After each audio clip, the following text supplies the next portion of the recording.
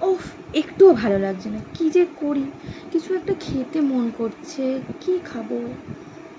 হ্যাঁ, একটু না আচার খেতে ইচ্ছা করছে।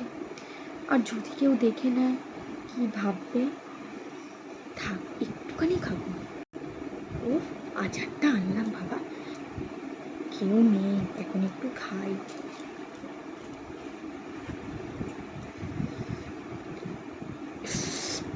ওফ, কি বৌদি, কি খাচ্ছ? কিছু সুখবর আছে নাকি? কই বলনি তো আমাদেরকে। না না, লুকিয়ে লুকিয়ে আচার খাচ্ছ তাই বললুম। না গো না, এই একটু খেতে ইচ্ছা করলো। আমি তো জানো আচার থেকে একদম থাকতে পারি না, ওই জন্য একটু খাচ্ছি। একটু সুখবর নেই গো। বলো, তোমার কি খবর? এই রেখে দিচ্ছি, আমি আর খাচ্ছি না, রেখে দিচ্ছি।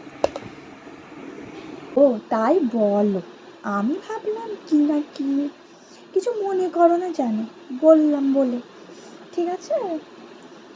হুম, হ্যাঁ আমি ভালো আছি। ঠিক আছে চলো, আমি তাহলে যাই, আমার অনেক কাজ আছে, আসছি আমি।